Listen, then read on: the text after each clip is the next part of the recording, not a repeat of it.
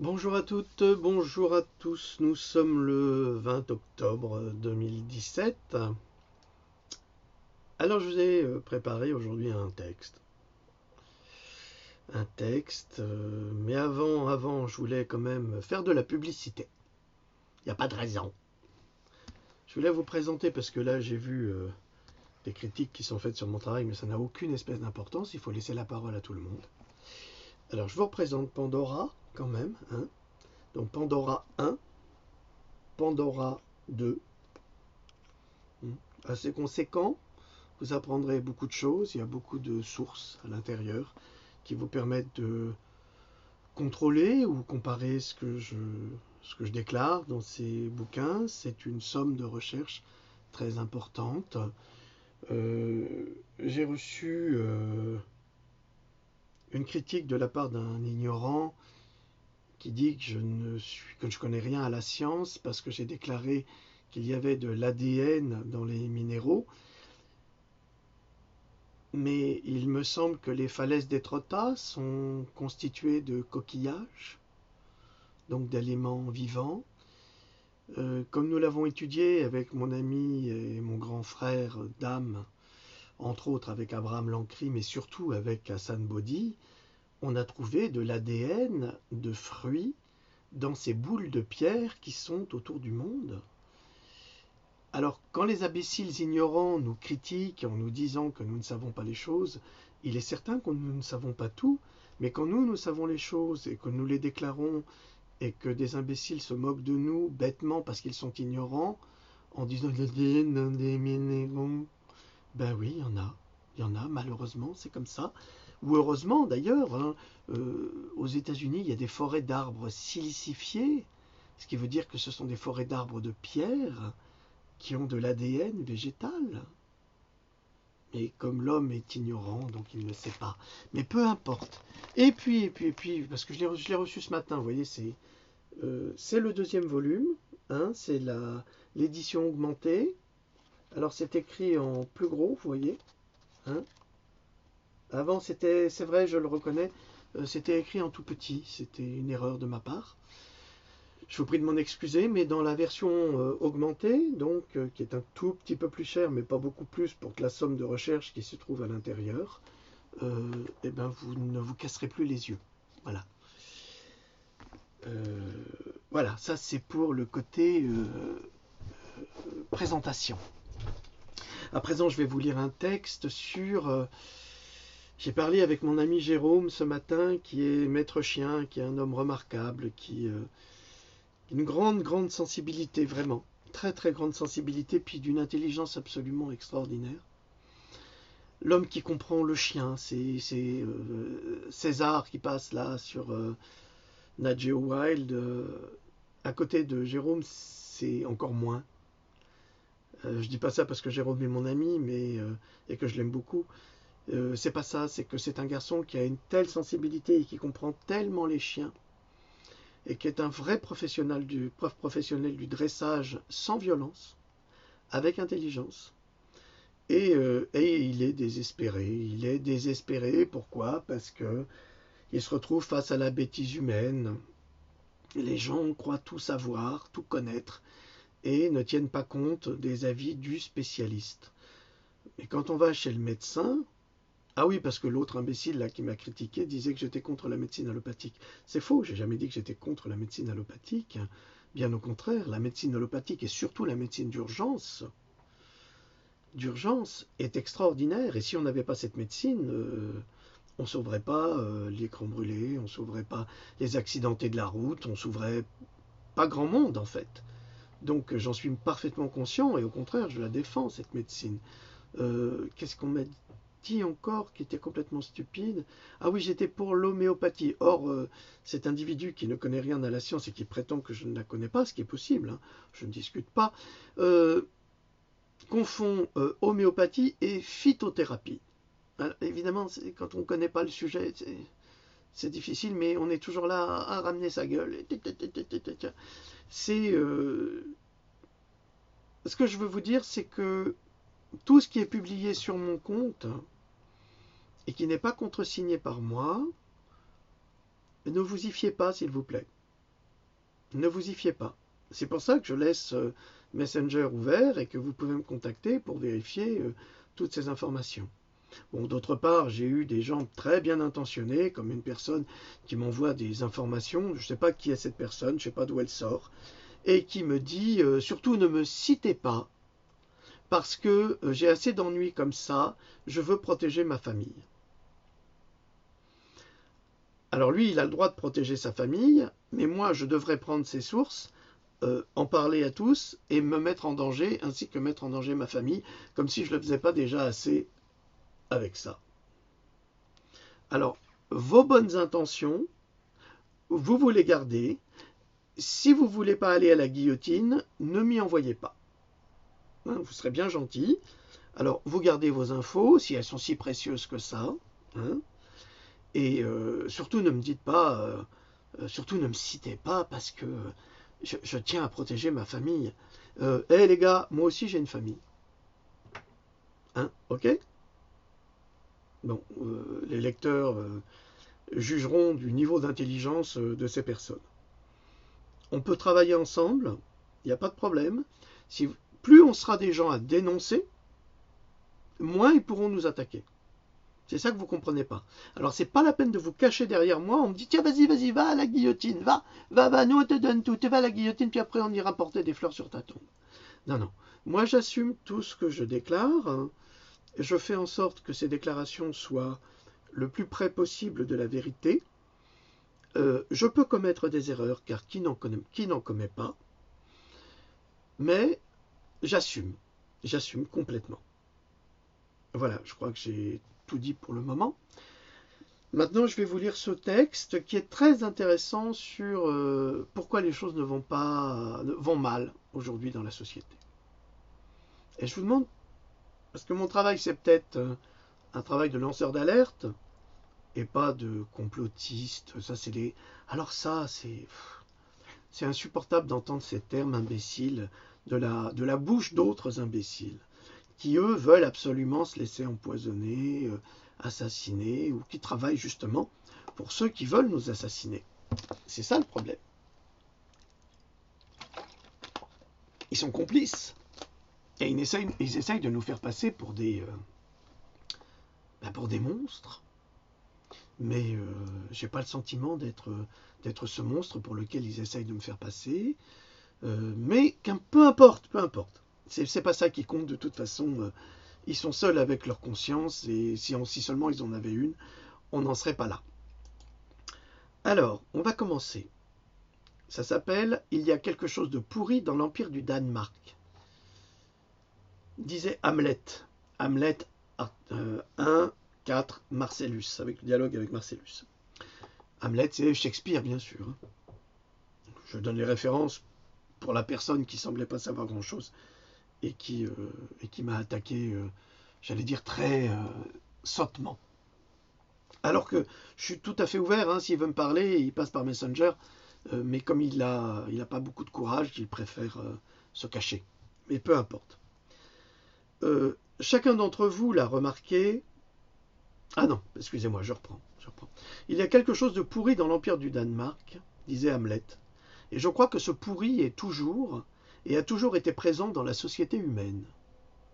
Chacun d'entre vous l'a remarqué, depuis toujours nous sommes dirigés par des médiocres. Alors ça, que ce soit de gauche ou de droite, ça ne change pas. Incapables d'améliorer la société, avec la volonté permanente de rabaisser l'humanité et de la faire progresser dans le sens de la destruction ou d'une fausse amélioration génétique.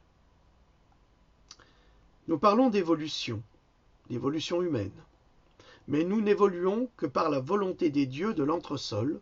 Ils décident pour nous du type d'évolution que nous méritons pour que nous ne soyons pas dangereux pour eux et pour que nous restions sous contrôle, car si nous étions indépendants et libres, nous serions bien trop menaçants pour leur suprématie. C'est pourquoi il existe tout un corpus de lois pour limiter la liberté du plus grand nombre, et cela n'a pas pu vous échapper. Alors ça, tout fout le camp dans notre société, mais alors le système de loi est de plus en plus resserré, de plus en plus complexe, et de plus en plus fait pour limiter nos libertés. Nos dirigeants sont les principaux serviteurs soumis de ces gouvernements de l'ombre. Ah là, je vais entendre l'autre crétin qui va me traiter de complotiste, mais non, parce que j'apporte la preuve de ce que je dis. Et c'est même pas moi qui l'écris, cette preuve. Hein. C'est un écrivain et journaliste américain, mais nous allons y venir après. Nous allons vraiment y venir après. D'où leur profonde médiocrité de ces dirigeants. Nous le constatons au quotidien. Le gouvernement Macron est un gouvernement parasite, incapable comme le précédent, et à la tête duquel une menthe religieuse déguisée en arrogant petit dominateur gâté, à laquelle une idée du pouvoir à exercer lui a été donnée pour qu'il mange le cerveau des citoyens qu'il cherche à contrôler. En fait, on veut toujours contrôler l'humain. On veut, en fait, un bon petit soldat de la fourmilière. C'est tout ce qu'on veut. Il ne réfléchit pas, il exécute. On le voit dans l'éducation nationale, d'ailleurs. Le petit Bokassa est le grand maître des mouches. Le maître de l'apparat et du passe-temps, qui se croit investi d'une mission d'importance alors qu'il ne fait que contribuer à la destruction du modèle social, économique et humain. Il était ministre de l'économie et il a planté la France. Incapable, mais vraiment incapable. Il est dans le mensonge permanent, dans le mépris de la nation, et pour cause. La sienne, c'est autre chose. Son devoir principal est de servir des monstres féroces qui ne connaissent ni le pardon, ni la grandeur, et qui la détestent chez qui? Chez les humains. Ce faux président n'est rien d'autre qu'un laquais vengeur et dominateur, et à bien le regarder, on perçoit la méchanceté de ses traits qui dissimulent sa vraie nature, un hybride sans la moindre empathie, créé dans un seul but, faire le mal. Obama aux États-Unis, c'était exactement la même chose. Ils appartiennent à la même famille. Il n'est rien, il n'existe pas. Il est l'arbre qui cache la forêt des monstres qui dirigent vraiment cette société. Souvent, vous venez à vous interroger et vous vous demandez pourquoi lui et pas moi. Dans la vie de tous les jours, au boulot, partout.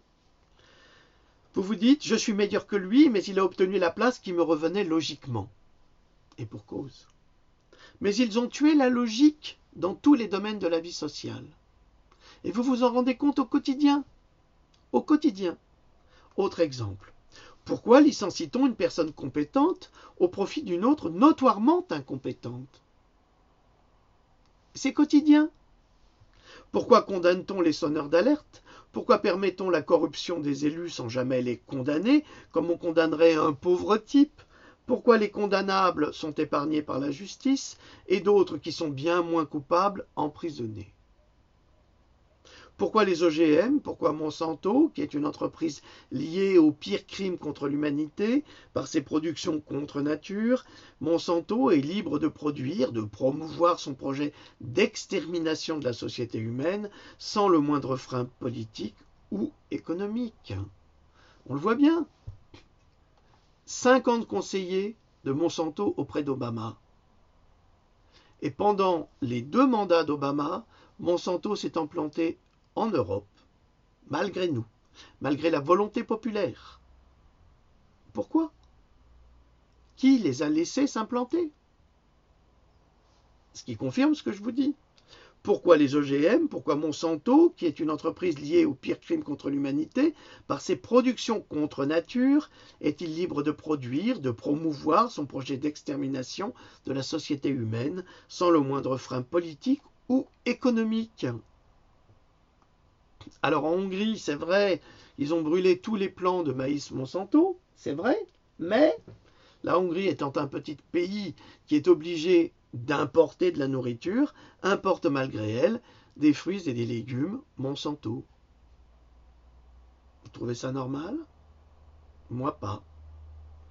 Pourquoi les Américains décident-ils d'exterminer une partie de l'humanité en parlant des musulmans? De la piller et de faire la pluie et le beau temps sur l'économie globale?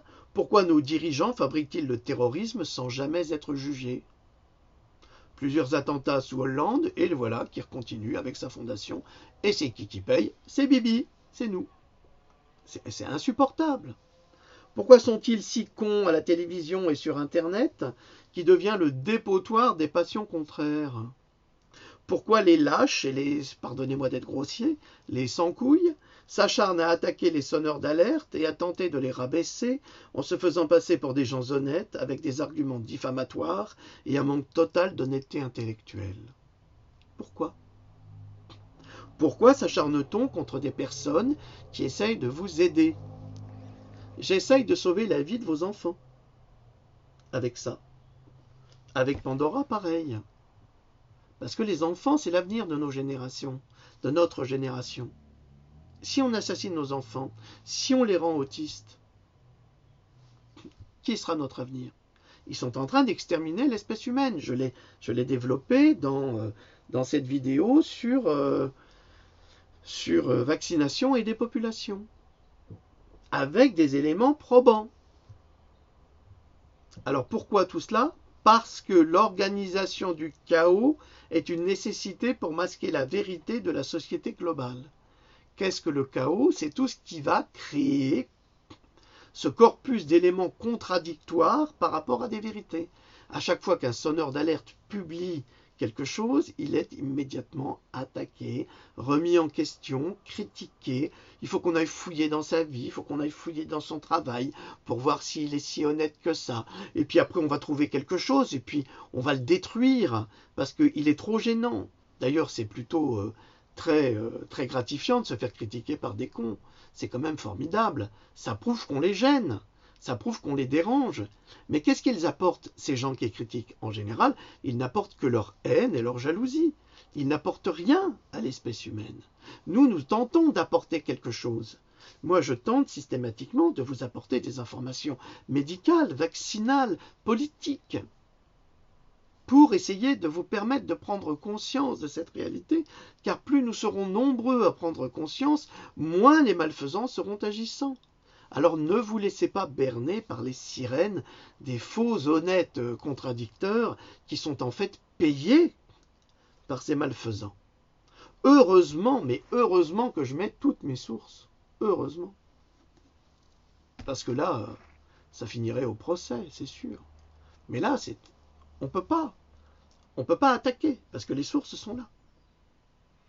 Donc le chaos a la particularité de perturber le cerveau et d'y semer la panique au point de bloquer la psyché afin de pousser l'homme à se concentrer non pas sur l'essentiel, c'est-à-dire sur sa santé, sur la vaccination de ses enfants, mais sur ses sentiments personnels, sur son ego, en se détachant de la vraie réalité de ce monde, soit son rapport à l'univers et à Gaïa, qui est notre mère à tous. Je rappelle que Gaïa, c'est notre planète, c'est notre Terre, c'est celle qui nous a vus naître, et c'est celle qui nous permet de grandir. Vous retrouverez dans les messages bibliques, dans les messages de toutes les religions, que ce monde a été créé d'un arbre magnifique qui a donné ses fruits à cette humanité pour qu'elle puisse se développer, grandir en sagesse, en intelligence et en progrès. Ce que la société moderne ne fait pas du tout. En fait, nous sommes dans un système d'involution et pas d'évolution.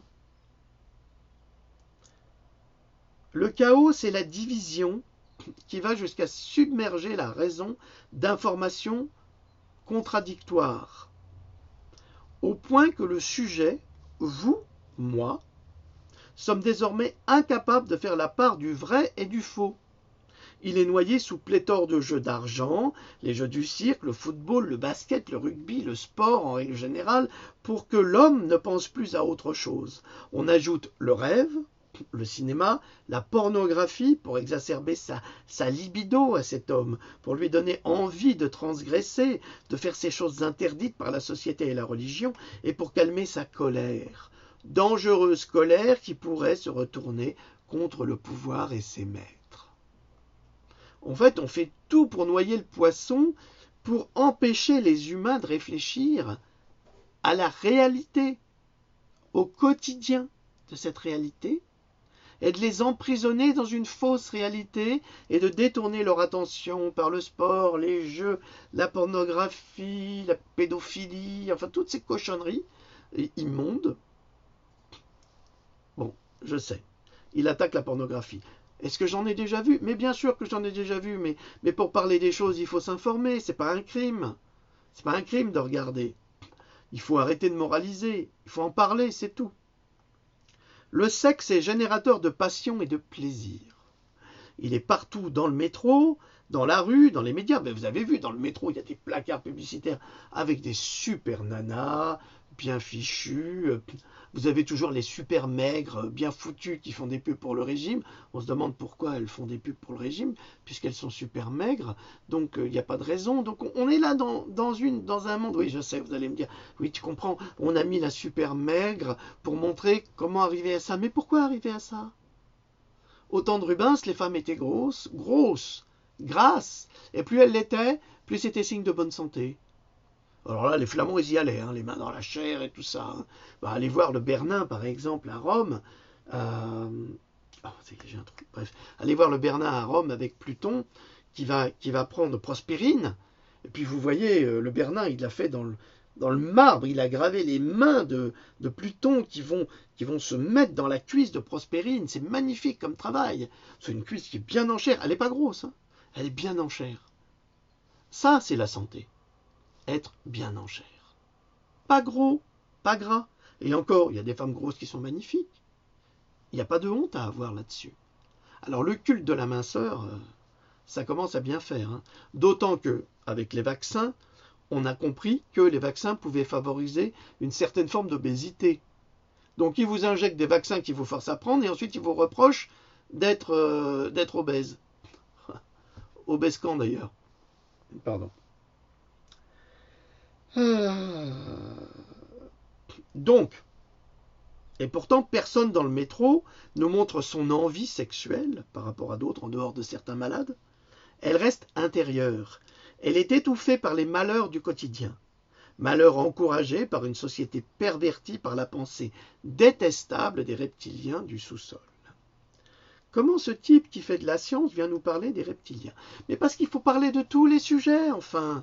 On ne peut pas rester prisonnier d'une idée. Alors évidemment, je sais que mes contradicteurs vont dire « Ouais, vous vous rendez compte, il est malade ce Gendron qui parle de choses. » Ta gueule, c'est tout. C'est pas parce que nous savons des choses que vous ne savez pas qu'on est forcément idiot.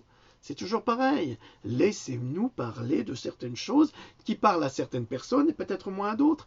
Nous vivons dans le mensonge permanent de notre évolution et de qui nous sommes et de d'où nous venons. C'est marqué dans la Bible. Nous avons été faits génétiquement.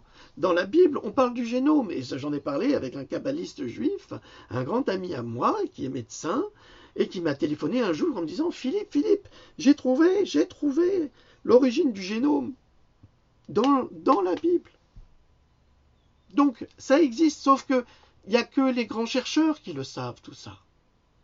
Et nous, on nous berce de mensonges parce qu'il ne faut surtout pas qu'on se réveille. Mais le sexe, tout le monde le réclame, tout le monde en veut, chacun veut profiter des réactions chimiques qu'il produit sur le cerveau et dans le corps pour oublier la vie terrible que chacun mène. Alors, tant qu'il y a du sexe, plus rien ne compte. Donner du sexe à quelqu'un, il va se noyer dedans, il va être heureux, et il va penser à rien d'autre qu'à faire l'amour à sa femme ou sa femme à faire l'amour à son homme. C'est la seule chose qui vont les préoccuper, c'est tout. Eh bien, c'est la meilleure façon de détourner les gens des drames de la réalité et du contrôle mental. L'homme devient prisonnier de ses propres excès, de sa propre libido, qui le tue moralement pour en faire le parfait esclave. Regardez aux États-Unis comment ça se passe. Le sexe, il est partout. Alors c'est d'une morale imbécile extraordinaire. Un homme va inviter une femme à dîner, la plupart du temps, je dis bien la plupart du temps, ça finit au lit après, c'est le dessert. C'est comme ça que ça se passe. Alors maintenant, on va faire une date, 2 dates, 3 dates, et puis ça va se faire. Mais c'est toujours la finalité, c'est le sexe. C'est la finalité. Et comme ça, on les laisse pas penser à autre chose. Un exemple. Au XIXe siècle, lorsqu'en Égypte on capturait un soldat anglais, on l'enivrait de boissons aphrodisiaques et une esclave se chargeait de lui pomper ses fluides les plus intimes, tous les jours, durant des heures, à l'épuiser, à le vider de son essence. Au bout d'un an, l'homme était un vieillard, et il était finalement relâché, vers qui, vers quoi, si ce n'est vers sa propre mort. Pensez-y. L'écrivain américain John Kaminski a publié le 9 octobre 2017, c'est-à-dire il y a 11 jours, un article intitulé « False Flag Nation », la nation des attentats sous faux drapeau. Alors, avec en sous-titre « Chaque pays qui ment à ses propres citoyens mérite de mourir. Ce qu'ils vous disent n'est pas ce qui s'est passé. » Alors, un attentat sous faux drapeau, c'est le gouvernement qui fait un attentat et qui dit « c'est les islamistes, c'est eux les criminels ». Ou il fait un attentat et dit « c'est les fous qui ont des armes chez eux, qui sont des criminels ». C'est très commode. Et lui va nous donner une autre version qui est très intéressante. Je traduis.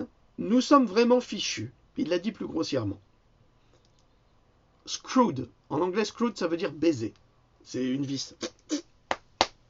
Donc, mais je l'ai traduit par fichu pour pas... Bref. Nous ne pouvons pas obtenir de réponse légitime de la part des médias courants ou de notre gouvernement, qui semble de plus en plus agir comme un gouvernement indépendant du peuple, de ses désirs et de ses besoins et aspirations. C'est un petit peu la même chose que nous, hein. Je reprends. Nous sommes vraiment fichus. Nous ne pouvons pas obtenir de réponse légitime de la part des médias courants, c'est le cas, ou de notre gouvernement, ce qui est le cas. On ne peut pas obtenir de réponse légitime, qui semble de plus en plus agir comme un gouvernement indépendant du peuple, ce qui est le cas, de ses désirs et de ses besoins et aspirations. Point. Nous savons par exemple que, ça c'est moi, nous savons par exemple que la France a fourni en armes les rebelles syriens. On sait que les rebelles syriens sont Daesh, Al-Qaïda, Al-Nosra. On le sait. On se souvient que Fabius, qui est qualifié de vampire par les Anglais, à cause du sang contaminé, a déclaré qu'Al-Nosra faisait du bon boulot. Donc c'est bien quand des assassins vont couper la tête à des enfants. Ça c'est super. Et ça c'est Fabius qui a dit ça. Donc nous savons que ces gens encouragent le terrorisme en leur donnant des armes. On a découvert récemment une cache d'armes, mais phénoménale, avec des armes américaines, israéliennes et européennes, dont françaises. Et de l'autre côté, vous avez le petit Bokassa qui dit « nous allons lutter contre le terrorisme ». Vous ne trouvez pas qu'il y a une contradiction, là? C'est bizarre, non? On ne peut pas favoriser le terrorisme en Syrie et dire qu'on va lutter contre le terrorisme. Non. On accueille les bras ouverts les djihadistes français qui sont partis assassiner leurs frères musulmans en Syrie. C'est extraordinaire. C'est magique.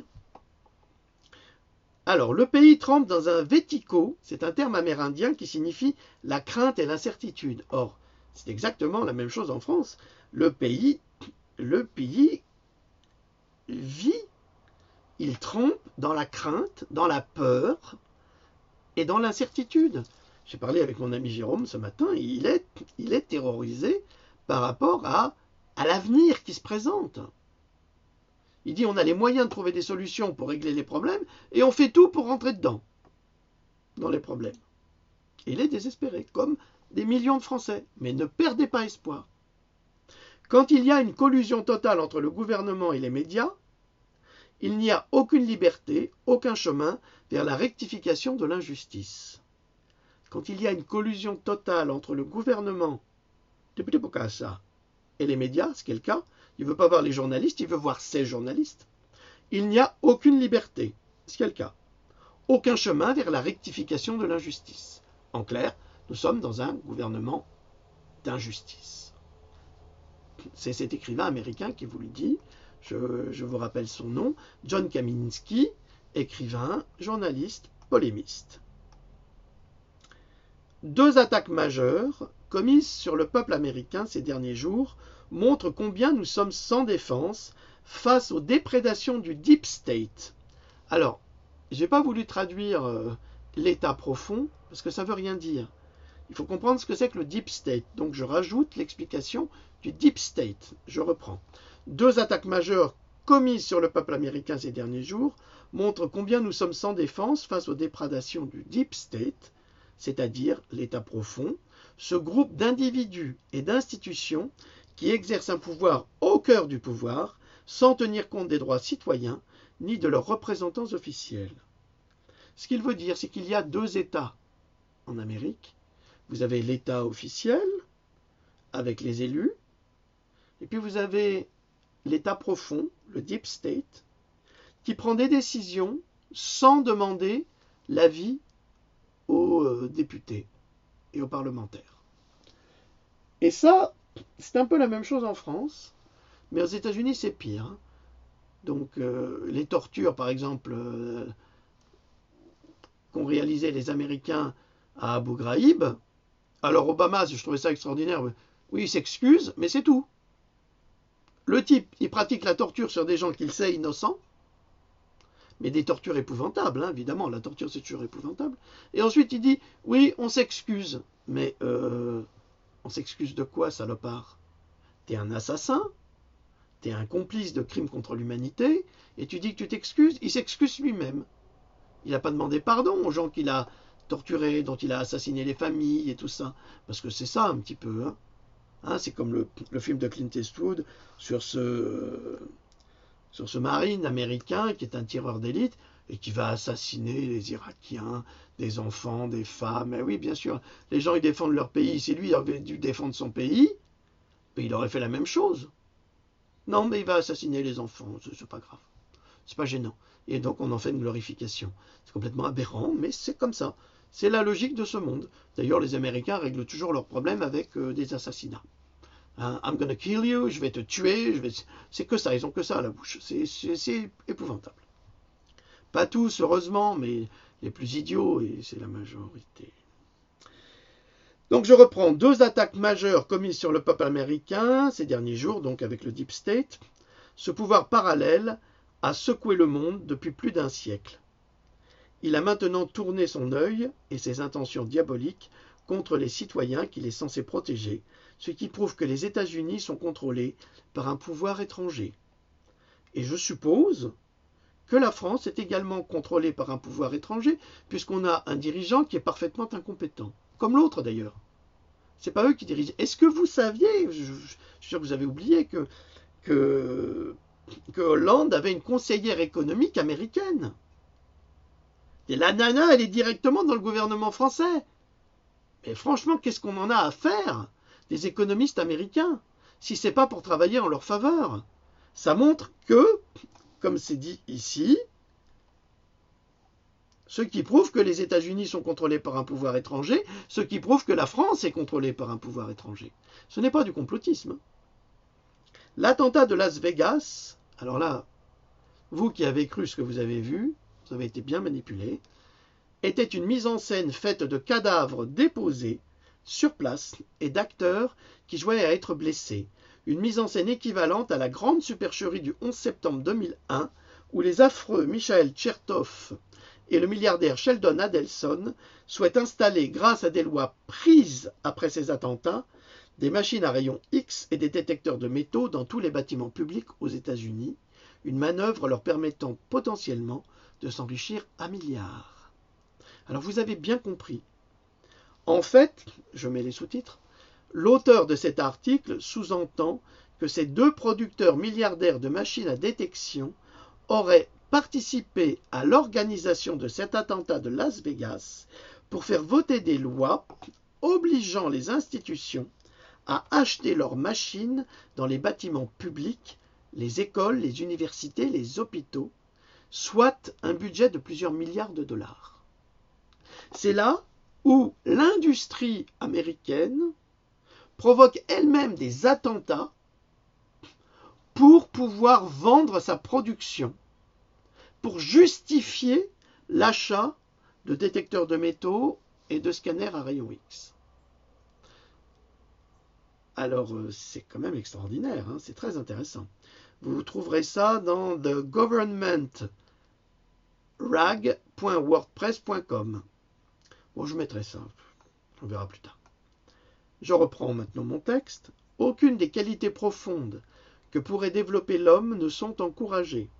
Dans notre société, on détruit la glande pinéale des enfants avec le fluor, le plus gros mensonge de la médecine, de la médecine de la dentisterie. On les rend idiots avec l'aspartame, des sodas zéro. Je vous signale que l'aspartame a été voté aux États-Unis sous l'administration Reagan par des méthodes extrêmement malhonnêtes. Hein, c'est dedans. Parce que l'aspartame est aussi une toxine très importante qui ronge le cerveau des rats.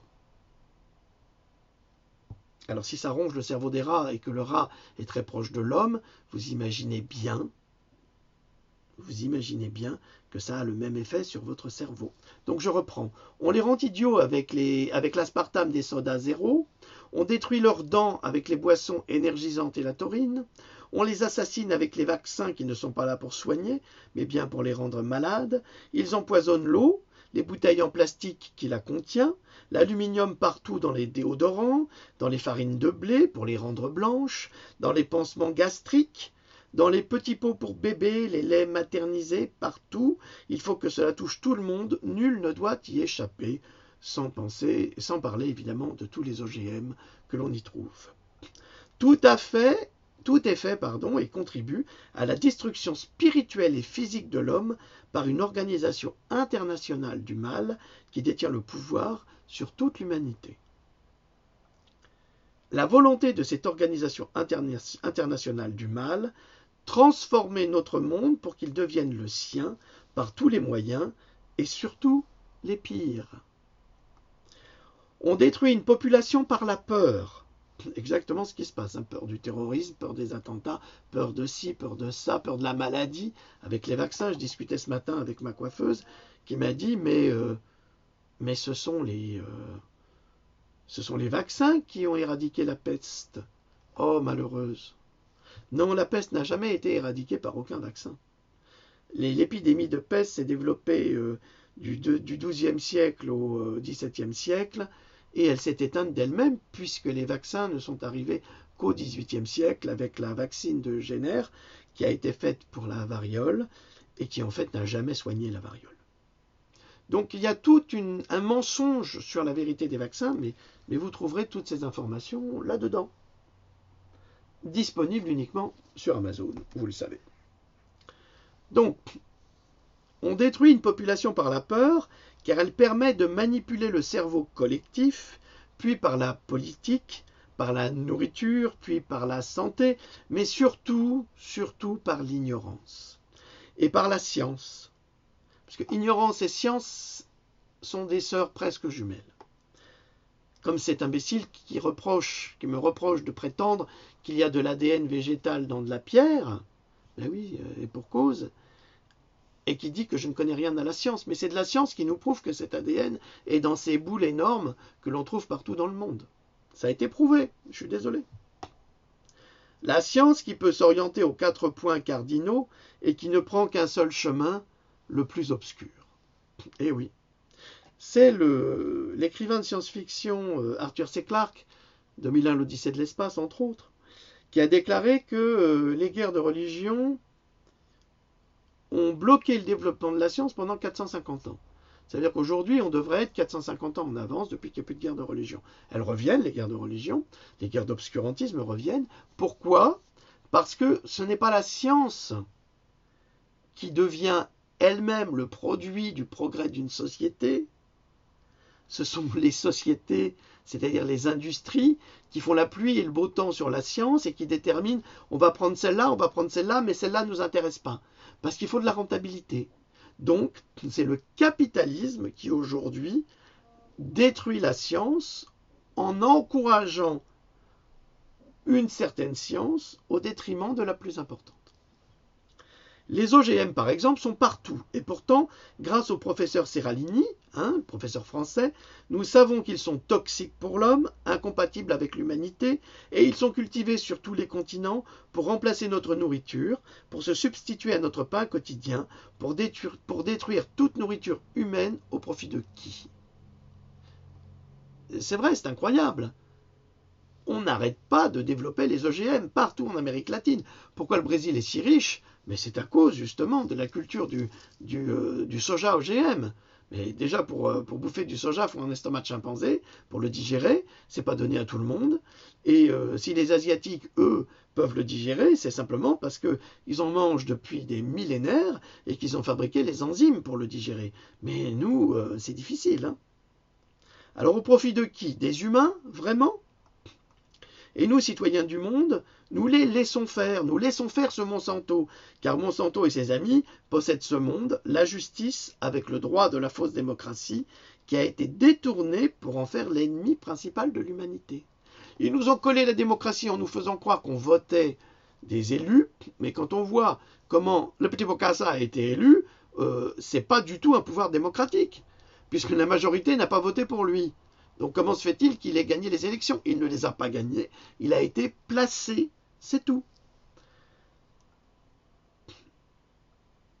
Oui, qu'est-ce que je voulais vous dire? Oui, alors là, je sais qu'il y a des petits malins qui vont dire « Oui, mais Monsanto en a été racheté par Bayer. » Mais Monsanto et Bayer, c'est la même chose. Ce qui veut dire que si Monsanto est racheté par Bayer, eh bien tous les procès qui sont contre Monsanto n'existent plus. Parce que Monsanto n'existe plus, c'est Bayer désormais. Mais Bayer continue la politique de Monsanto. Je vous signale que Bayer, c'est I.J. Farben, qui a contribué à l'extermination des Juifs pendant la Deuxième Guerre mondiale. Pas que des Juifs. Donc, on change de nom, c'est tout. Hein. C'est tout. Ça fait pas grand-chose. Hein. Le produit reste le même. Hein. L'aspartame est toujours commercialisé.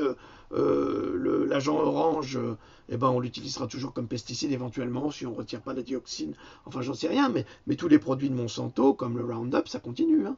C'est toujours présent. Bon, je ne vais pas trop en parler, j'en parle dans ce bouquin. Hein. Donc vous pouvez trouver toutes les informations que vous voulez dans ce livre-là concernant Monsanto. J'ai même été le premier Français à traduire la véritable histoire de Monsanto, et ça a été repris par plein de gens qui ne m'ont jamais nommé, mais je m'en fous. Le principal, c'est qu'on sache qui est Monsanto et comment Monsanto a réussi à s'infiltrer dans le monde politique pour le contrôler. Alors, on a parlé du droit, de la justice, mais le problème, c'est que le juste, vous, moi, ne peut plus faire valoir ses droits. Il est avalé par une machine juridique contrôlée par le pouvoir et le grand capital. Personne n'est de taille pour lutter contre ce monstre de faux espoirs et de mensonges perpétués et perpétuels. Je vous rappelle simplement que le budget de Monsanto pour la justice, seulement pour la justice et les affaires juridiques, c'est de 100 millions de dollars. Alors quel est votre pouvoir à vous face à 100 millions de dollars derrière? Il n'y en a pas. Il n'y a pas de démocratie là-dessus. Le juste ne peut plus faire valoir ses droits. Souvenez-vous-en. Si nous, hommes de bonne volonté, nous voulons la liberté, nous devons détruire cette justice qui les amuse, car elle n'est qu'injustice. Tricherie et mensonge, sans parler de la corruption des élites par la franc-maçonnerie, le bras terrestre de ce mal organisé. La franc-maçonnerie. Souvenez-vous du médiocre et peu capable Hollande qui disait « On ne peut pas faire de politique sans franc-maçonnerie ». À chaque fois qu'un médiocre arrive en politique, il met en place un garde des Sceaux. C'est normal. C'est normal. Il se protège. Il protège ses petits amis. La franc-maçonnerie qui détruit la démocratie, car elle impose et met en place des sujets, des hommes et des femmes politiques, pour contrôler le système des lois, qui est bien la seule chose qui fonctionne en politique dans notre société. Les lois pour interdire de vivre et surtout pour ne pas permettre aux citoyens de s'en sortir. Et ils le font avec le sourire, la bouche pleine de mensonges et de tricheries. Ils votent des lois, stigmatisent les chômeurs, les rendent responsables de leurs mauvaises actions. Ça, je trouve ça épouvantable, de la destruction de l'emploi en France et dans le monde. Alors ça, cette stigmatisation du chômeur par ces élites politiques qui sont des véritables parasites de la société, qui sont les mieux payés au monde, qui ont des avantages en nature, qui ont des avantages salariaux, mais absolument scandaleux, et qui vont faire la morale à des gens qui bossent alors que eux, ils ont quasiment jamais bossé de leur vie. Mais Hollande, il a jamais bossé, hein. Et le petit Bokassa, là, il a bossé que chez Rothschild. C'est tout. Il n'a pas fait grand-chose dans sa vie. Alors quand ils ont du culot pour insulter les gens qui travaillent, qui se retrouvent au chômage à cause de leur saloperie à eux, c'est une honte, c'est un scandale absolu. Ils veulent contrôler les chômeurs. Là, l'autre, là, le patron des patrons. Alors lui, c'est l'héritier. Il n'a jamais bossé de sa vie non plus. Et il veut dire, oui, on va contrôler les chômeurs. On va mettre un flic derrière chaque... Non, il n'a pas dit ça, mais on va surveiller le chômeur au quotidien. Comme si c'était de sa faute s'il n'y avait pas de boulot. Lui, qui a empoché des millions sous Hollande en promettant qu'il allait donner de l'emploi et qu'il n'en a pas donné. Alors ça, si c'est pas de l'ordure, qu'est-ce que c'est? Ils veulent contrôler les chômeurs qui partent 2 ans en vacances selon Castaner. Alors lui, c'est le pompon Castaner. Qui passe son temps à diffuser une parole venimeuse. Mais il est amoureux de Petit Bocassa. Ne l'a-t-il pas déclaré à la presse? Alors tout va bien si le petit empereur des mouches est heureux d'avoir sa cour de mignons auprès de lui pour faire ses macroneries désastreuses. C'est l'image de la franc-macronerie. Qu'avons-nous à dire? Pendant que la cour danse le menuet, le peuple est affamé par la politique désastreuse des dirigeants de ce pays, et le roitelet, sorte de camembert coulant et adipeux, clame « Si tu veux te payer un costard, faut bosser ». Alors ça, c'est... Ça, franchement, mais devoir entendre de telles déclarations de la part d'un dirigeant, d'un président de la République, c'est franchement se moquer du monde. Et c'est franchement également montrer son mépris de la société, montrer son mépris des citoyens. Ah, il les méprise dans l'absolu. Hein. Et il ne mérite pas d'être à ce poste. Je ne sais pas ce que vous attendez, Français, pour continuer à, soi-disant, respecter un pareil personnage qui ne vous respecte pas. Alors j'ai eu un petit plantage, mais je reviens à vous, vers vous, avec un grand plaisir. Ah oui. Et comment on fait quand une ordure a vendu les plus grandes entreprises aux concurrents étrangers qui délocalisent pour faire travailler moins cher ailleurs, en laissant les murs des usines en souvenir de la puissance économique de jadis? Comment on fait pour créer de l'emploi? Mais on ne peut pas. Il est où le plein emploi promis? Alors, j'ai eu une discussion très intéressante avec un technicien spécialisé en automatisation. Il travaille pour Boeing. Pour Airbus, pardon. Airbus. Très intéressant. Et lui, comme il est dans le métier, il s'inquiète. Parce qu'il dit, mais tout est automatisé. Bientôt, il n'y aura plus de chauffeur poids lourd. Bientôt, on n'aura plus besoin de permis pour conduire une voiture. Tout sera automatisé. Et qu'est-ce qu'ils vont devenir, les gens? Alors, évidemment, on a parlé du salaire, de cette allocation à toutes les personnes qui sont sans emploi. Et c'est pas un cadeau, hein, c'est une nécessité.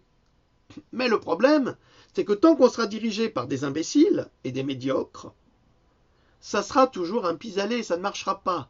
Or, il faut payer un salaire à ces gens qui n'ont pas de travail pour qu'ils développent leur génie créatif, pour améliorer la société.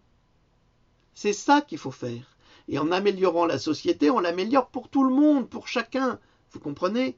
C'est pas pour soi qu'on améliore les choses. C'est pour tout le monde. C'est pas pour moi que je travaille quand je fais ceci ou quand je fais cela. Ne croyez pas que je gagne ma vie avec ça. C'est quasiment impossible. Je gagne à peine un RMI par mois, un RSA par mois pour ça, hein, en droit d'auteur. Et encore, pas tous les mois. Donc il ne faut pas rêver non plus. Il ne faut pas croire qu'on gagne des milliers et des cents. C'est pas ça. Mais il faut travailler pour la communauté et ce n'est pas être communiste. C'est un échange, c'est un partage. Et tant qu'on n'arrivera pas à ça, nos sociétés ne pourront pas évoluer. Et justement, on ne veut pas qu'elles évoluent. Parce que ces médiocres sont au service de malfaisants. Alors je parlais de justice et de plein emploi, mais maintenant je vais vous poser une question. Au fait, combien de pédophiles condamnés à de lourdes peines? Dernièrement, on a vu un père qui a violé sa fille de l'âge de 9 ans à l'âge de 15 ou 16 ans. Il a été condamné à 18 mois de prison avec sursis. Le papa peut violer sa fille, il n'y a pas de problème. En France, c'est comme ça. En Afrique, on l'empale. On l'empale. C'est pour dire que les Africains sont bien plus civilisés que nous. Alors, on l'empale, c'est-à-dire que ça, j'avais pris avec mon professeur d'ethnologie, parce que j'ai adoré l'ethnologie, qui est décédé malheureusement, c'est une grande perte pour l'humanité. Cet homme s'appelait Monsieur Bola Umteto Mujijima. J'ai jamais oublié son nom, il m'a beaucoup appris, il m'appelait petit frère, j'aimais beaucoup ses cours, c'était formidable. Il a fait une thèse en 12 volumes. Il était roi d'une tribu et il a été étudier les pygmées, alors que dans sa tribu, on assassinait les pygmées, considérés comme des sous-hommes. C'est pour dire l'évolution de cet homme. Eh bien, en Afrique, s'il y a des actes de pédophilie entre un adulte et un enfant, eh bien, on va prendre le mec, on va planter un pieu dans la terre et on va l'empaler par le cul jusqu'à la gorge. C'est comme ça qu'on les condamne.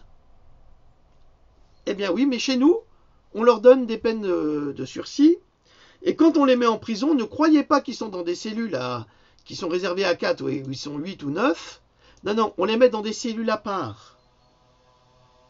Parce que les pauvres, ils vont souffrir. Ils vont se faire massacrer par les taulards. Vous trouvez ça normal? Non seulement c'est des criminels qui vont détruire la vie des enfants, de vos enfants, mais en plus, on les protège en prison. On les protège de quoi? Pourquoi? Pourquoi? Ben on va y venir. Donc, combien de pédophiles condamnés à de lourdes peines? Assez peu, parce que les dirigeants veulent banaliser la pédophilie. Allez lire le livre passionnant et très didactique de mon ami Ariane Bilran, les droits sexuels, sur les droits sexuels.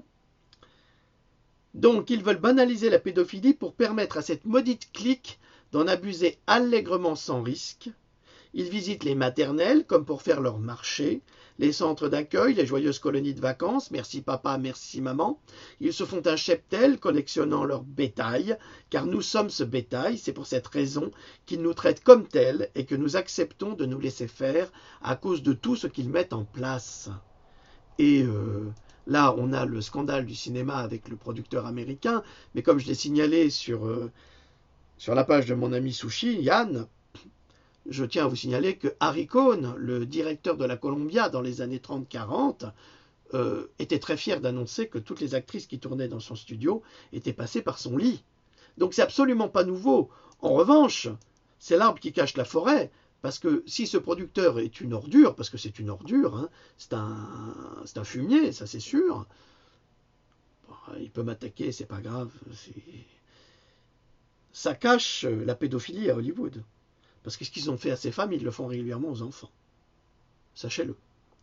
Et à mon avis, c'est pour masquer les crimes de pédophilie à Hollywood. Et je vous signale que le président américain, qui est très critiqué, a quand même lancé une sorte de fatwa contre la pédophilie. Et il a fait arrêter, il y a 1 mois et demi, près de 270 personnes très influentes à Hollywood, dont des acteurs connus, des producteurs, pour pédophilie, trafic de pédophilie. Évidemment, on n'a pas cité leur nom, c'est dommage. Ça viendra. Donc, ces gens-là, ces pédophiles, infiltrent toutes les associations supposées aider les victimes, alors qu'ils les menacent et les persécutent. Ils veillent à leur faire garder le silence sous prétexte de nouveaux sévices.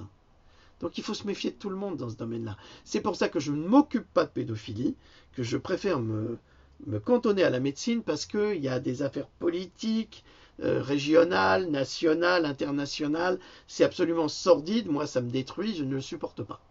Donc ne m'envoyez pas des trucs de pédophiles, je suis informé, il y a des personnes bien plus qualifiées que moi qui traitent le sujet, moi je m'occupe de votre santé, de médecine, c'est tout. Ajoutez à cela les chemtrails, alors ça vous trouverez beaucoup d'informations dans ce livre, et j'ai fait sur le Mumble une émission de plus de 3h30 à peu près sur le sujet. Donc ne croyez pas que je ne connais pas le sujet, que je ne connaisse pas le sujet. Ajoutez à cela les chemtrails et leur nanotechnologie qui brisent notre résistance et notre révolte. Ils masquent le ciel, le soleil et nous empoisonnent le corps et l'esprit. Ils ont une armée de trolls qui dénigrent les sonneurs d'alerte, qui les rend ridicules, qui détruit leur réputation et leur vie aux yeux de la population systématiquement aveuglée. Comme cette personne-là qui m'a attaqué lâchement sans même me dire qu'elle m'attaquait. Donc, mais peu importe, c'est Ils font partie de ces groupes de personnes malfaisantes qui veulent nous détruire à leur manière, mais ils sont tellement médiocres qu'ils ne parviennent pas. En dehors des OGM, il y a un cortège de poisons, des pesticides, perturbateurs endocriniens, qui stérilisent l'humanité. On le sait que dans 2 générations, les humains seront complètement stériles. Ah, vous ne saviez pas? Mais si. Vous n'avez pas de problème à avoir des enfants, pour avoir des enfants avec votre femme, ou madame avec votre mari? Ben, demandez-vous pourquoi. Ils transforment les hommes en androgynes, incapables de savoir s'ils sont hommes ou femmes, et peu capables également de se reproduire, sans procréation assistée, par les mêmes monstres qui fabriquent l'enfant OGM à 3 ADN. C'est dans Pandora, déjà il y a 7 ans. Oui, alors normalement, vous, monsieur, madame, vous avez des enfants, vos enfants ont votre ADN et l'ADN de votre épouse, monsieur, et inversement. Sauf que eux, ils font 3 ADN. Il y a des enfants qui naissent avec 3 ADN. Donc plus forts, plus intelligents, plus résistants, complètement différents. C'est la nouvelle génération. Nous, ils vont nous effacer, mais ils ont déjà prévu la suivante. Et en plus, à les 3 ADN, ils vont rajouter la biomécanique. Vous allez voir. C'est en cours. C'est l'homme augmenté. Ils fabriquent et convoitent et conçoivent l'homme augmenté, biomécanique et biologique, pour mieux le contrôler, en lui laissant croire qu'il sera meilleur que son prochain, car augmenté. Alors on va vous faire croire qu'on va faire de vous Steve Austin, l'homme qui valait 3 milliards. Mais dites-vous que si nous sommes tous augmentés, quelle sera la différence fondamentale entre le pouvoir de l'un et celui d'un autre? Nous serons tous à égalité, mais nous serons contrôlés à loisir par les maîtres. Parce que si nous sommes augmentés, c'est augmenté par l'électronique et les nanotechnologies. Et automatiquement, c'est comme pour une voiture qui est pleine d'électronique, quand il y a un problème, il faut une valise, on va prendre Peugeot ou une autre voiture, Volkswagen ou une autre, il y a une valise, il y a un problème électronique, eh bien on va brancher la voiture à la valise, qui va nous dire exactement où est le problème. Donc on peut contrôler. Eh bien c'est exactement ce qui va se passer avec les humains biomécaniques. On pourra les contrôler et faire ce qu'on voudra. Bientôt la puce RFID, vous allez voir. On va nous contrôler. Il ne faut pas accepter ce contrôle. Et pourquoi on veut contrôler l'humain? Parce qu'on a peur de l'humain. Et si on a peur de l'humain, c'est qu'il est plus grand que ceux qui veulent nous contrôler. Et c'est à cela que l'on doit penser. Là voilà la différence. Le mirage de l'augmentation humaine et biomécanique, de l'amélioration humaine, qui n'est là que pour satisfaire les démons de l'entresol qui sont aux manettes. Ce progrès n'est pas fait pour l'homme, mais pour les diables, pour les contrôles. Et là, je vais m'arrêter et je vais terminer par mon éternel. Nous vivons une époque formidable. Et puis je vous dis, salut, à bientôt.